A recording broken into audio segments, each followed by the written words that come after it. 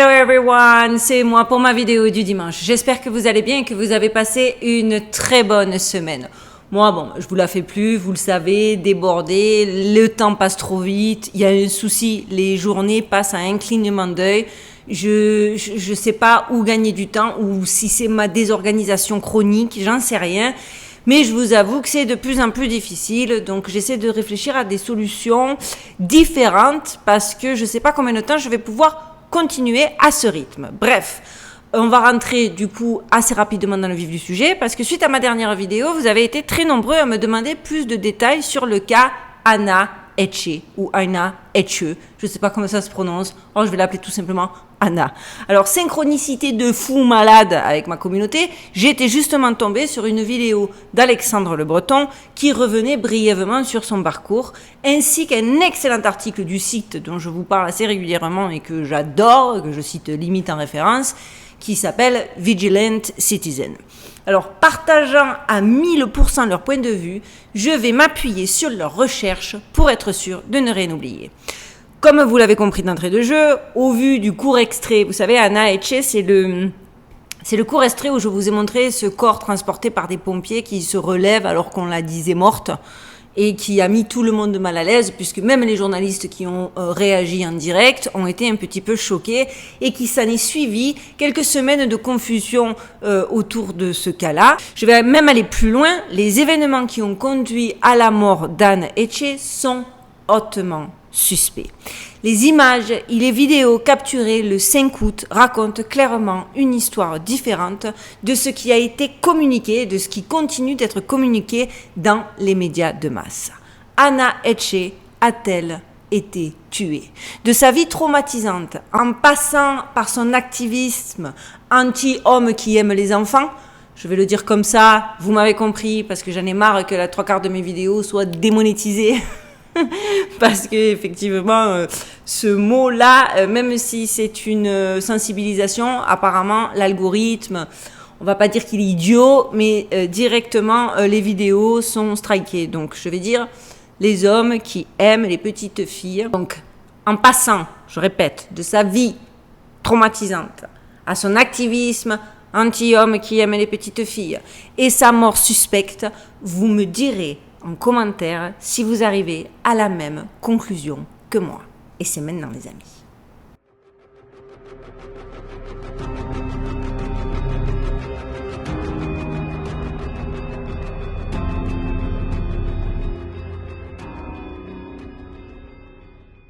Alors ce 5 août, Anna a traversé à toute allure une zone résidentielle et a percuté de plein fouet une maison de Los Angeles avec sa voiture et a été emmenée à l'hôpital après un étrange sauvetage. Je le répète, quand je dis étrange, je pèse mes mots, c'était une mascarade. Il faut quand même avouer que devant la violence de l'impact et les déclarations des médecins quelques heures seulement après son hospitalisation, dont les rapports ont cité officiellement une fracture sternale due à un traumatisme contondant, et qu'il faut savoir qu'en plus, ces fractures sternales se produisent généralement après que la poitrine ait heurté le volant lors d'une collision avec un véhicule à moteur. On estime d'ailleurs que 60 à 90% de toutes les fractures du sternum sont causées par des collisions, leur fréquence triplant avec l'utilisation de la ceinture de sécurité, probablement en raison de la force de décélération. Bref, ils ont expliqué qu'elle avait donc été transportée à l'hôpital dans un état critique. Et pourtant, sur la vidéo, on la voit clairement, elle tente de s'échapper d'un sac mortuaire après un tel impact. Ce n'est que 6 jours plus tard que l'actrice de 53 ans a été déclarée dans un état de mort cérébrale. Et le coroner s'est alors empressé de conclure à une mort accidentelle due à l'inhalation de fumée et à des blessures thermiques. Heureusement, pour une fois, il y a des preuves indiscutables que nous avons assisté à quelque chose d'absolument pas normal. Depuis lors, des faits étranges et des vidéos déroutantes ont refait surface en ligne, indiquant qu'il y a plus dans cette histoire que ce qui a été rapporté dans les médias de masse. De toute évidence, Anna était bouleversée par quelque chose. Cependant, comme c'est souvent le cas dans les décès étranges à Hollywood, l'enquête de police a été écourtée et les médias ont concentré leur couverture sur sa consommation, sa dite, on va dire, consommation de drogue et d'alcool. Que s'est-il réellement passé ce jour fatidique ? Pour se faire une idée un peu plus précise de ces moments chaotiques et de comment on en est arrivé là, et du pourquoi donc on peut penser que la mort de cette femme est quelque chose de bien plus profond que ce que l'on croit, il faut d'abord se pencher sur sa vie et sur ses projets. Parce que peut-être Anna en savait trop, parce que peut-être l'intérêt de certains était qu'elle disparaisse au plus vite. Alors il faut savoir que les premières années d'Anna ont été rien de moins que traumatisante. Dans de nombreuses interviews, Anna a déclaré que son père l'avait violée à plusieurs reprises depuis son enfance jusqu'à l'âge de ses 12 ans. Je vais vous mettre des interviews, je ne sais pas encore comment je vais procéder à cause des droits d'auteur et tout le tout-team là, de YouTube, que ça saoule. Mais pour vous expliquer, cette vidéo, vous pouvez la retrouver sur la chaîne d'Alexandre Le Breton. Je vous mettrai un lien dans la barre de description de celle-ci. Et je verrai au montage, je m'excuse d'avance, aujourd'hui c'est un petit peu brouillon, sur comment un petit peu je vais le faire, je vais essayer de faire au mieux, mais bref. Donc il faut comprendre qu'elle explique, d'ailleurs elle en a même fait un livre, que lorsqu'elle avait 13 ans, son père est mort du sida, alors qu'il était lui-même âgé de 45 ans. Elle explique aussi qu'à sa mort, ils ont découvert que son papa, en plus d'avoir une déviance prononcée pour les petites filles, multipliait aussi les aventures avec d'autres hommes, avec d'autres femmes. Enfin, le gars était nos limites, quoi. 3 mois après la mort de son père, son frère Nathan, 18 ans, est lui aussi décédé dans un accident de voiture. Alors que la thèse officielle fut qu'il s'était endormi au volant et avait heurté un arbre, Anna a toujours été convaincue qu'il s'agissait d'un suicide. Toujours dans l'interview de 2001 avec Barbara Walters, Anna a déclaré que les abus qu'elle a subis pendant son enfance l'ont amenée à croire qu'elle était 2 personnes différentes. Elle a même déclaré, alors là, pareil, je répète, soit j'intègre la vidéo, soit vous la voyez, vous entendez ma voix. Excusez-moi, je ferai au mieux. Are you crazy? I'm not crazy now. I lived a crazy life. I was raised in a crazy family, and it took me 31 years to get the crazy out of me.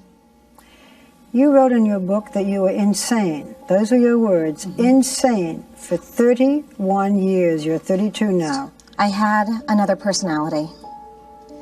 I had a fantasy world that I escaped to. I called my other personality Celestia. I called the other world that I created for myself the 4th dimension. I believed I was from that world. I believed I was from another planet. I split off from myself. I was existing as 2 people. I could see into the future. I could heal people. We had just begun our interview, the first time Anne has talked about her life when she was overcome with emotion. Take your time. All right? You want some water? Can we start with your childhood? Yep. We'll do it together, okay? Let me show you a picture. Sure. This is a family picture. It's a lovely picture. All of these smiling, attractive people. Yeah. Right? Yeah. On the surface, the H family was the epitome of the perfect American family. Deeply religious, 4 blonde-haired, blue-eyed children, a smiling mother, and a father in charge of the church choir. When you look at this, what do you see? A bunch of lies. That family is a lying family. The image was far from the reality. Don H., the choir director, was, according to Anne, an abusive father, chronically unemployed and leading a bizarre double life. How can a mother not know that her child, her young baby girl, is being raped by her husband? How can a mother not know? When does a mother break the rules? Any abuse is horrifying, but this was something very different. You talk about it in your book. Can you talk about it now? Sure. I can tell you what I know. Okay. I believe I was sexually abused by my father from the time I was a very young girl, actually before I could speak, up until the time I was 12. How did he abuse you? In my memory, Yes. he raped me. He stuck his in my mouth. He fondled me. He put me on all fours and had sex with me. When you were a toddler? In my memory, yes. My father would always undress in front of me, beckon me to bed as if I was his lover. I remember entering the bed with him many times. Did your mother know? I can't say whether or not my mother knew. You never told her? I did not tell her until I was in my 20s. I had herpes from the time I was a very young girl. Because he was entering your mouth. Yes, that's my belief. I remember being 6 years old and saying, "Mommy, what's on my face?" You had a rash. I had sores. I had welts on my nose and on my lips. When you talk about your father abusing you, you say, "in my memory." Does that mean that there's a possibility that it didn't happen? I think it's always hard for children to talk about abuse because it is only memory. But I didn't carry around a tape recorder. I didn't chisel anything in stone. And I think that's part of why people don't talk about abuse, because anybody can look and say, "Well, how do you know for sure?" And it's one of the most painful things about it. You don't. Donc, après une interview comme ça, les moins naïfs d'entre vous ont déjà connecté tous les points. Clairement, ce qu'Anna a décrit n'est rien d'autre que de la dissociation et des alter-personnalités de concepts fondamentaux du contrôle mental monarque. Une pratique qui sévit, comme vous le savez si vous suivez ma chaîne depuis longtemps, à Hollywood. À l'âge de 25 ans, Anna a déclaré que sa personnalité avait commencé à se fragmenter, se brisant dans des moments de folie. Celestia, son autre personnalité, qu'elle croyait être une réincarnation de Dieu, parlait une autre langue et avait des pouvoirs spéciaux. Elle avait même affirmé qu'elle pouvait voir dans le futur, qu'elle pouvait guérir les gens sans pouvoir expliquer d'où cela venait, mais que dans son esprit, elle l'apprenait directement de Dieu en personne. Et justement, vous le savez, comme je vous l'ai déjà démontré à de nombreuses reprises sur ma chaîne, comme la plupart d'entre vous savez même bien avant de regarder ma chaîne, les curieux, j'entends, les esclaves MK Ultra sont parfois programmés pour la perception extrasensorielle. On peut donc se dire que le fait qu'Anna ait décrit tous les aspects essentiels du contrôle mental indique qu'elle a pu subir un certain type de programmation et que justement, dans sa confusion, ses souvenirs vagues et déformés, en fait, elle associe ça à Dieu, qu'elle croit l'avoir appris de Dieu, alors qu'en fait, il s'agit d'un programme. Alors je sais que là, ceux qui sont pas très les novices ou qui n'ont jamais entendu parler de ça, vous allez vous dire que c'est du pur délire, conspirationniste, complotiste. Bon, faites vos recherches, le MK Ultra, ça a été utilisé. C'est pas parce qu'un jour, après s'être fait crocher au détour d'expérience où ils avaient abusé de drogue en tout genre, la CIA a dit que c'était terminé et qu'ils le faisaient plus, que forcément, ça veut dire que c'est la vérité. Parce que là, et je vais vous le démontrer. La première relation publique de Anna a été avec l'acteur Steve Martin, de 24 ans, son aîné. Elle s'est ensuite engagée dans une relation extra-médiatisée avec Ellen DeGeneres. Et justement, vous n'êtes pas sans vous rappeler qu'en 2018, Eric Trump avait lourdement sous-entendu en direct à la TV et réitéré d'ailleurs à de nombreuses reprises sur Twitter qu'Ellen DeGeneres faisait et fait encore partie de l'état profond du Deep State. Bien évidemment, cela avait été tourné en dérision par la principale concernée qui, dans la foulée, s'était même permis d'ironiser qu'elle était bien trop occupée à organiser des brunchs Illuminati avec Beyoncé et Barack Obama pour en plus être considérée comme un membre actif du Deep State. Quelle est drôle. Vous les voyez les photos que je suis en train de vous montrer ? Et donc voilà quand même une étrange coïncidence que justement en août 2000, le lendemain de sa rupture avec Hélène, Anna a fait une de ses dépressions typiquement MK Ultra avec comportement bizarre et erratique. À l'époque, Anna avait conduit de Los Angeles à Cantua Creek dans un SUV Toyota. Elle ne portait alors qu'un soutien-gorge et un short, avait garé sa voiture et avait marché environ 2,4 km. Non pas que la distance soit énorme, mais elle était quand même en soutif et les routes par là-bas sont compliquées, voire dangereuses.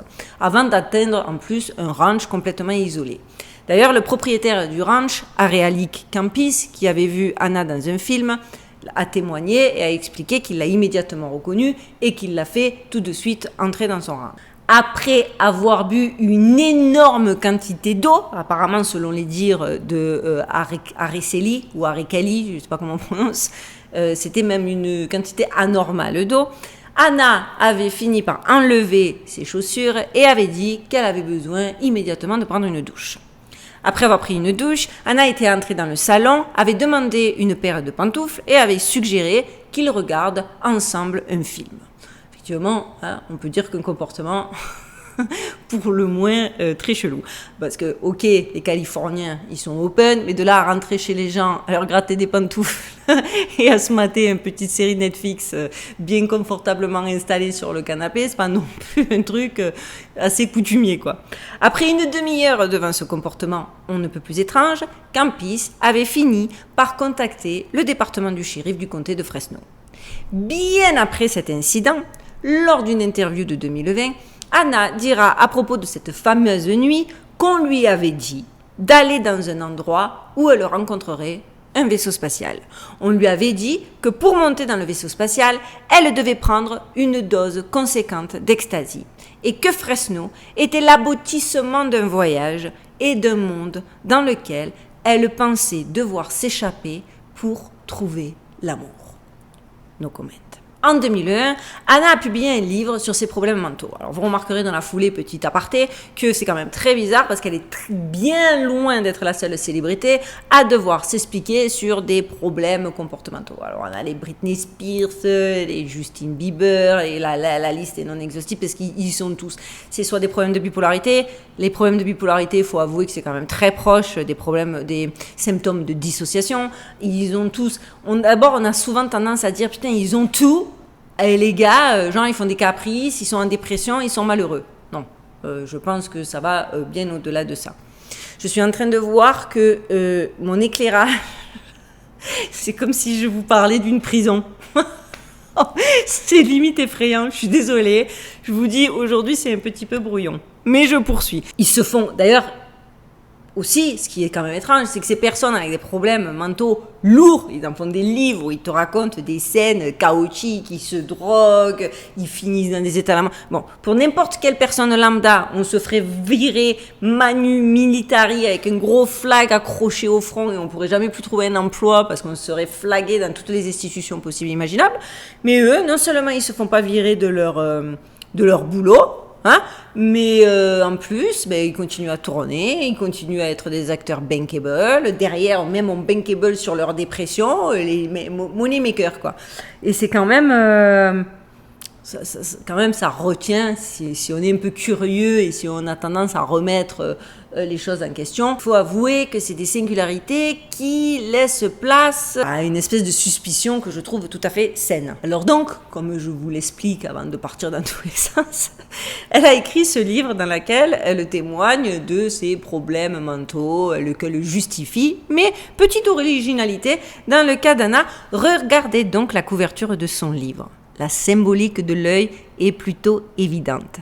Y a-t-elle glissé un message codé, un message subliminal, une façon de dénoncer, de dire que ces problèmes sont en fait le résultat d'une programmation industrielle? La question est lancée. Est-ce que c'était conscient? Est-ce que c'était inconscient? Faut avouer que, voilà, petit détail qui a quand même aussi son importance, Anna avait un grand tatouage de papillon, un papillon monarque.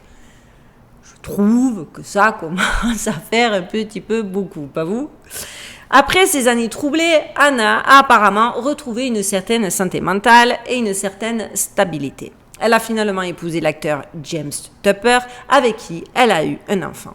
Dans les années qui ont suivi, elle a commencé à prendre part à quelques projets intéressants, genre cinéma indépendant. Elle a pas voulu, voilà, elle a un peu voulu sortir du truc bankable, les blockbusters à la hollywoodienne, en tout cas, pas avec les grosses productions. Et elle a joué dans un film dont le titre est Toxic Skies, un film qui a d'ailleurs connu un regain d'intérêt pendant et après l'épidémie Coco. Et justement, dans ce film, Anna joue le rôle d'un médecin qui travaille pour l'Organisation globale de la santé, donc une référence clairement à l'Organisation mondiale de la santé, ils ne se sont pas trop foulés. Et tout se passe pendant l'apparition d'une pandémie. Alors que le gouvernement met tout Seattle en quarantaine, allant jusqu'à utiliser l'armée pour empêcher les gens de quitter la ville, elle découvre la cause profonde de la maladie. Et tenez-vous bien, quelle est cette cause profonde? Pour ceux qui n'ont pas vu le film, attention, spoil, c'est les chemtrails. En effet, l'épidémie a été causée par un programme gouvernemental secret qui a répandu une faiblesse immunitaire par le biais de toxines dans le carburant des avions. Puis, elle découvre dans le film la sinistre raison derrière cette épidémie d'origine humaine, les vaccinations de masse forcées. Well. Vous connaissez mon fameux dicton, même mon leitmotiv, trop de coïncidences finissent par créer invariablement des évidences. Or pour moi là c'est déjà fini, je lâche le micro, la démonstration est faite. Ceux qui ne se disent pas qu'il y a quelque chose de bizarre, c'est que vous n'avez pas un esprit de détective. Non mais vous allez voir, c'est pas tout, en plus c'est pas fini. Sachez qu'au moment de sa mort, Anna travaillait sur un film sur le trafic sexuel d'enfants. Le titre, Girl in Room 13. Comprenez, la fille dans la chambre 13. Alors bien évidemment, ce fait-là a été controversé. J'ai même vu, puisque j'ai regardé des youtubeurs, j'ai pas été la première à faire cette vidéo malheureusement, mais j'ai vu certaines qui disaient oui mais ça c'est pas vrai, ça c'est vrai. Ça, c'est la vérité.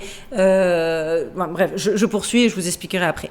Le film raconte donc l'histoire d'une jeune fille dépendante aux opiacés qui est retenue captive dans une chambre de motel par son ancien dealer qui tente de la forcer à se livrer au trafic sexuel. Pour ce faire, le dealer tente de la briser en utilisant des drogues, de l'alcool et en l'affamant.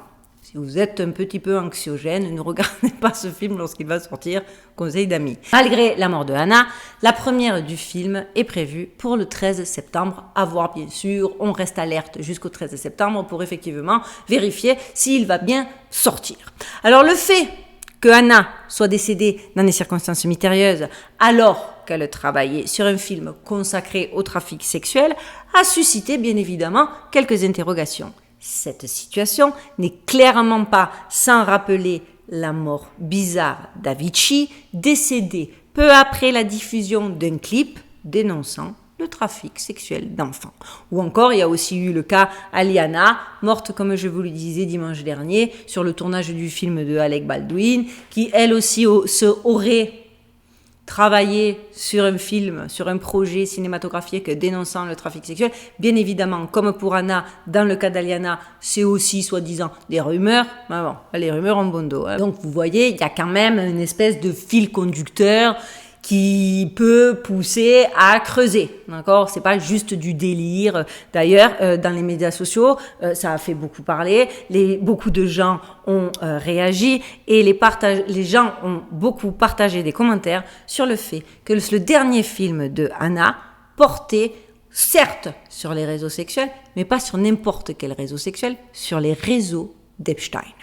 Donc, définitivement, je viens de dire le nom de Voldemort, parce que ça aussi, sachez que dès que vous citez ce nom, YouTube, il ferme les égouttis, il ferme tout, vidéo, striké. Donc, je vous le répéterai à la fin, mais je compte sur vous pour que, si elle soit vue, bref. Alors, ces messages sur les médias sociaux ont été, comme de par hasard, rapidement cachés et vérifiés par la modération des médias sociaux. Il y a même eu un article fact-check de Reuters.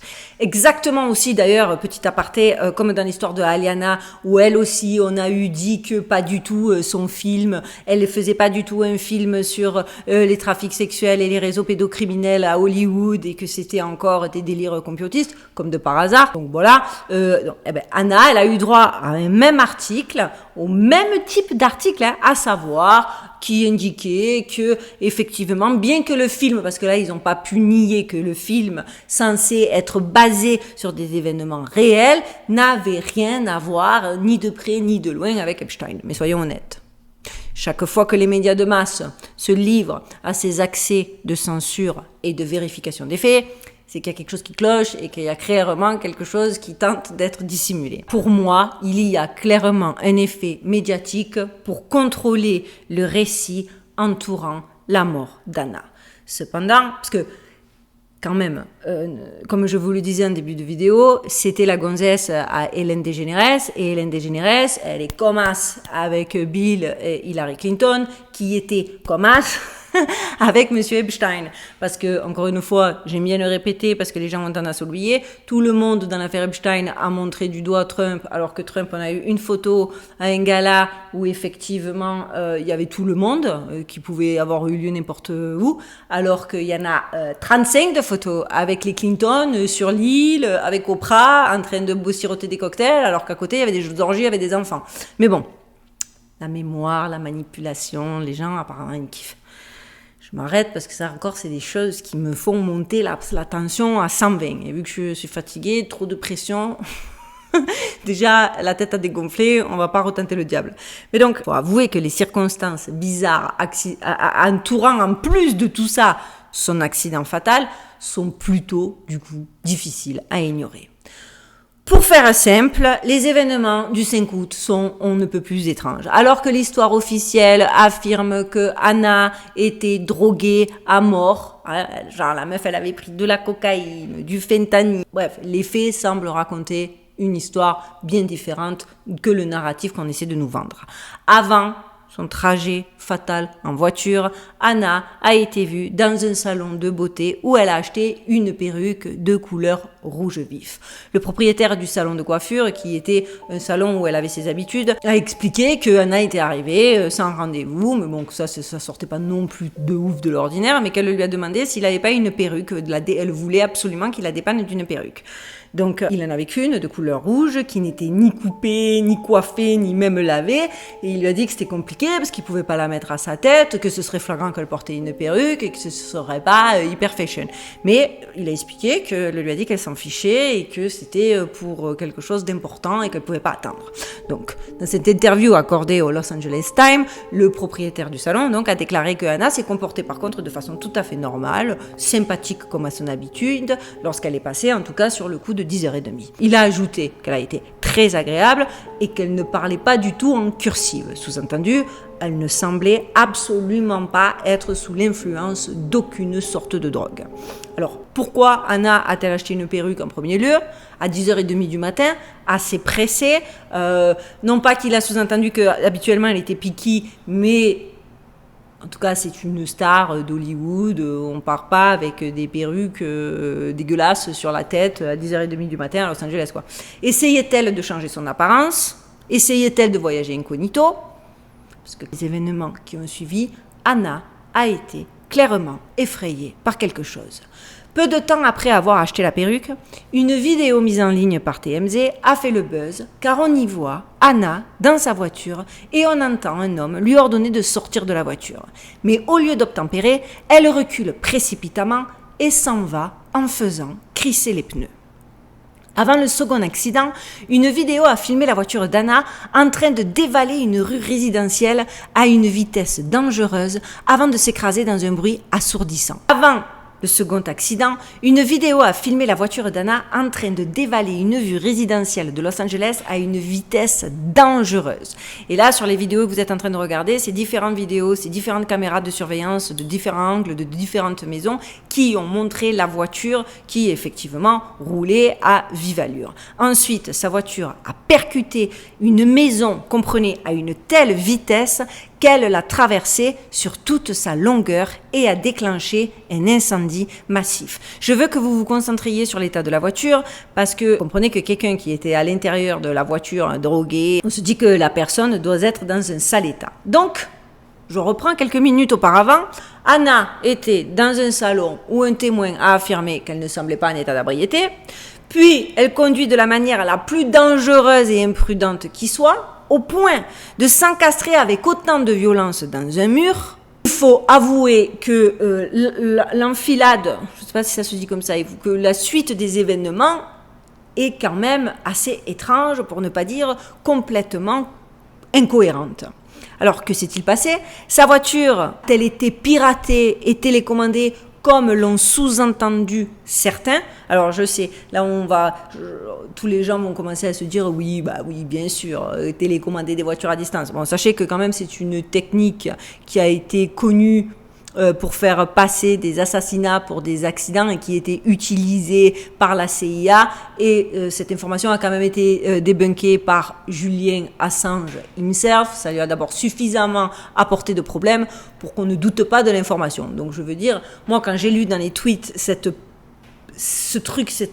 possibilité, je ne l'ai pas trouvé non tellement uluberlu, parce que la vérité, quand tu te renseignes et quand tu cherches, tu as tendance à te rendre compte que finalement, la réalité a tôt fait de dépasser la fiction. Et en plus, dans ce cas précis, cette théorie que certains trouveront hasardeuse a été corroborée, si je puis dire, par une résidente de la communauté qu'Anna a traversée à vive allure et qui a certifié que elle, sur sa vidéosurveillance, on voyait nettement Anna tenter de freiner, mais que c'était comme impossible. Bien sûr, impossible depuis ses déclarations de remettre la main sur cette vidéo. Elle a été supprimée de partout, tous les links sont morts et j'ai cherché, mais pas moyen de remettre la main dessus. Et aussi, ce qui m'a surpris, c'est que je me dis, pourquoi les seules vidéos où on voit Anna passer en trombe dans le quartier résidentiel à Los Angeles, elle dure genre 5 secondes. Tu vois la voiture et ça a coupé.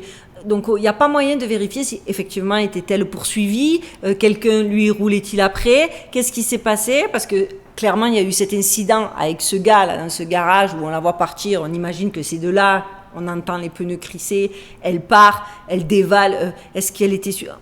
Encore une fois, des choses qui mettent quand même, qui gardent le doute, quoi. Car quoi qu'il en soit, les événements qui suivent ne font qu'ajouter à la nature suspecte de la situation. Il suffit de regarder la vidéo d'Anna secourue par les pompiers. Anna a arraché les draps blancs qui la recouvraient et a tenté désespérément de se dégager du brancard. Les pompiers l'ont alors forcée à monter dans une ambulance. Petit aparté, rappelez-vous l'état de la voiture. Moi, la meuf, elle me semble décoiffée, un petit peu choquée peut-être, mais ni grande brûlée, ni... Bref. Pourquoi Anna essayait-elle de s'enfuir? C'est presque comme si elle savait que si elle montait dans cette ambulance, elle ne sortirait jamais vivante de l'hôpital. De plus, pourquoi Anna n'a-t-elle pas été complètement immobilisée avec une protection du cou, un collier cervical, une oxygénothérapie et autres traitements habituellement donnés dans de tels cas? Pourquoi elle a été coincée dans l'ambulance alors qu'elle se débattait littéralement? S'agissait-il d'un sauvetage ou d'un enlèvement? D'autant plus que dès le départ, il y a eu encore une fois des incohérences qui en disent long. Un pompier s'adressant aux journalistes dit, dans un premier temps, qu'elle va bien. Genre, oh my God, it's a miracle. C'est un miracle. La meuf a traversé une maison avec une violence inouïe. Elle va bien. Elle n'a aucune égratignure. Dans un second temps, les gens, quand je vous dis dans un second temps, c'est dans les minutes qu'on suivit, il y a un second pompier qui arrive et qui annonce qu'en fait, non, pas du tout. Elle est très sérieusement blessée. Et finalement, il y a un troisième pompier qui lâche de but en blanc que non, elle n'est pas très sérieusement blessée, elle est juste en état de mort cérébrale. Tout ça en direct, parce que vous savez qu'encore plus rapide que les pompiers aux États-Unis, il y a la télé, les médias, les journalistes, et que donc tout ça a été recordé en temps réel et qu'ils peuvent pas, pour le coup, malheureusement pour eux, heureusement pour nous, ils peuvent pas trop modifier le déroulé des événements. Les réactions sur les réseaux sociaux, et donc même en direct sur les chaînes info, ne se sont pas fait attendre et tout le monde s'accorde à dire que cette histoire pue. La chose la plus étrange dans cette vidéo est qu'en plus, elle est complètement couverte sur le brancard, de la tête aux pieds, ce que les médecins ne font que lorsqu'une personne est manifestement morte. Et l'absence de respiration ou de battement de cœur, généralement, il faut le savoir, parce que je me suis renseignée auprès des secouristes américains, tout fait, auprès des secouristes. Je ne suis pas allée mener des investigations, mais j'ai regardé sur Google. Et attention, c'est différent entre les pays, et aux États-Unis, ils sont un peu creepy, donc venez pas me dire, non mais en France, ça ne se passe pas comme ça. On n'est pas en France, d'accord? Donc, il faut savoir qu'ici, important, on ne déclare jamais une personne morte sur place. On l'emmène, on lui fait, ils ont tellement peur des lawsuits que ça ne m'étonne pas, on lui fait toute une série de tests avant de dire, voilà, heure de la mort, tatati tatata. Donc, quoi, elle était enfermée dans un sac mortuaire. Qu'est-ce qui a poussé les sauveurs à ne même pas essayer les premiers soins sur les lieux? Pourquoi Anna n'a-t-elle pas été intubée? Pourquoi on ne voit pas d'oxygène? Pourquoi les pompiers vont-ils vers l'ambulance la plus éloignée? Et regardez, d'ailleurs, même, j'ai repassé la scène plusieurs fois, regardez, même le mec qui transporte Anna a une espèce de tissu sur son visage. Pareil, je me suis dit, est-ce qu'en fait, sous leur chapeau de pompier, ils ont un filet pour pas abîmer leurs cheveux? Je me suis dit, tout est possible, et que le filet aurait traversé le casque. Non, vous voyez bien sur les vidéos que vous êtes en train de regarder que le type a clairement un fichu sur la tête et qu'on ne voit pas son visage, les autres sont dissimulés, impossible de reconnaître qui que ce soit. Mais what the fuck, quoi. Et d'ailleurs, pourquoi seuls les pompiers sont en charge du corps? Où sont les ambulanciers? Où sont les gens que normalement on voit sur ce genre de scène? Qu'est-ce que, voilà, il y a quand même, dites-moi si je deviens parano en commentaire, mais on est d'accord qu'il y a quand même quelque chose de très très très anormal. Sachez que malgré les rapports incohérents, les déclarations complètement contradictoires et malgré l'étrangeté qui a entouré l'accident, le LAPD a annoncé, donc la police on va dire, qu'il n'enquêterait pas davantage sur la mort d'Anna. La mort a été jugée accidentelle en raison de l'inhalation de fumée et de blessures thermiques. Affaire classée. On est d'accord? Il y a un petit peu du foutage de gueule. Dire qu'Anna a eu une vie troublée est probablement un euphémisme. Dès sa plus tendre enfance, donc, elle a été soumise aux pires abus imaginables. Des viols répétés par son propre père. Cette situation a clairement provoqué chez elle une dissociation de la réalité et un dédoublement de sa personnalité, un mécanisme de réponse à un traumatisme intense qui est exploité dans les programmes Monarch. Ils recherchent ce genre de profil. Vous regardez, il y a toujours, si vous écoutez les histoires, si vous regardez les biographies des gens, parce que souvent, il y a des gens avec beaucoup plus de talent qui ont des carrières bien moindres que certains des chanteurs actuels. Et qui, malgré le fait qu'ils ont essayé de percer et malgré leur talent évident, ils n'ont pas eu cette chance. Mais je pense parce que dès que la personne est un peu stable, un peu saine et qu'elle n'a pas une vie parentale troublée, effectivement, c'est moins compliqué pour la programmation MK Ultra et que du coup, les profils sont choisis de manière assez spécifique. On peut dire que l'enfance traumatisante de Anna l'a clairement préparée au côté obscur de l'industrie du divertissement, car elle pouvait être contrôlée par les manipulateurs de l'industrie. Après donc sa relation très médiatisée avec Ellen DeGeneres, Anna a eu des périodes de comportement erratique qui ressemblent aux dépressions d'autres esclaves de l'industrie comme Britney Spears, Marilyn Monroe. Je vous cite celles où il n'y a plus de doute, parce qu'entre les papillons, les dépressions, les coups d'éclat où elles sont clairement sorties hors de leur contrôle, pour moi, c'est des exemples qui font foi. Mais lorsque ces types de célébrités parviennent un peu à s'éloigner de l'industrie, elles deviennent souvent des parias.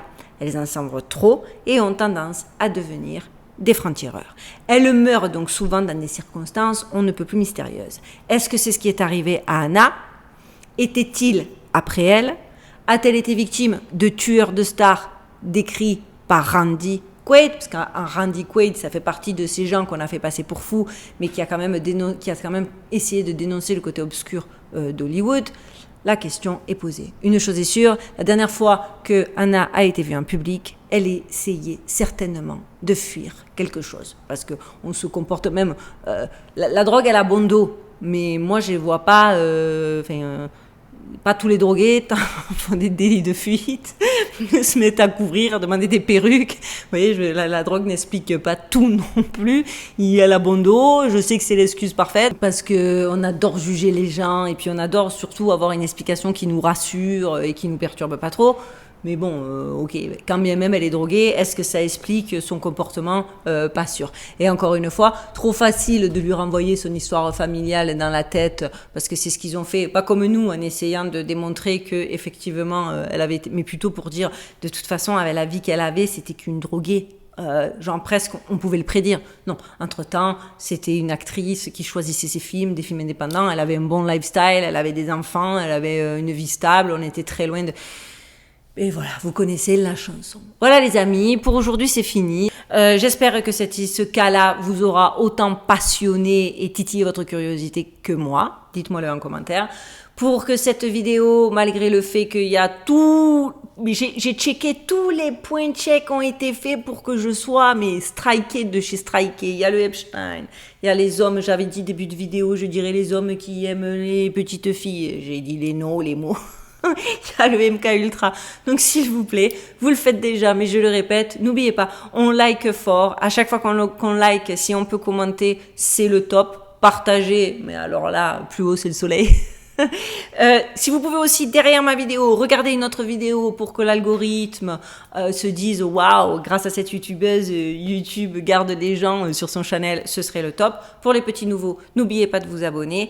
On va atteindre les 30. Je vais vous faire la vidéo des 25 000 alors qu'on est à 1000 des 30. Je suis désolée, je suis confuse. Bref, j'arrête. Je vous souhaite une très bonne semaine. Prenez soin de vous, prenez soin de vos proches. On se retrouve dimanche. Et en attendant les amis, stay safe.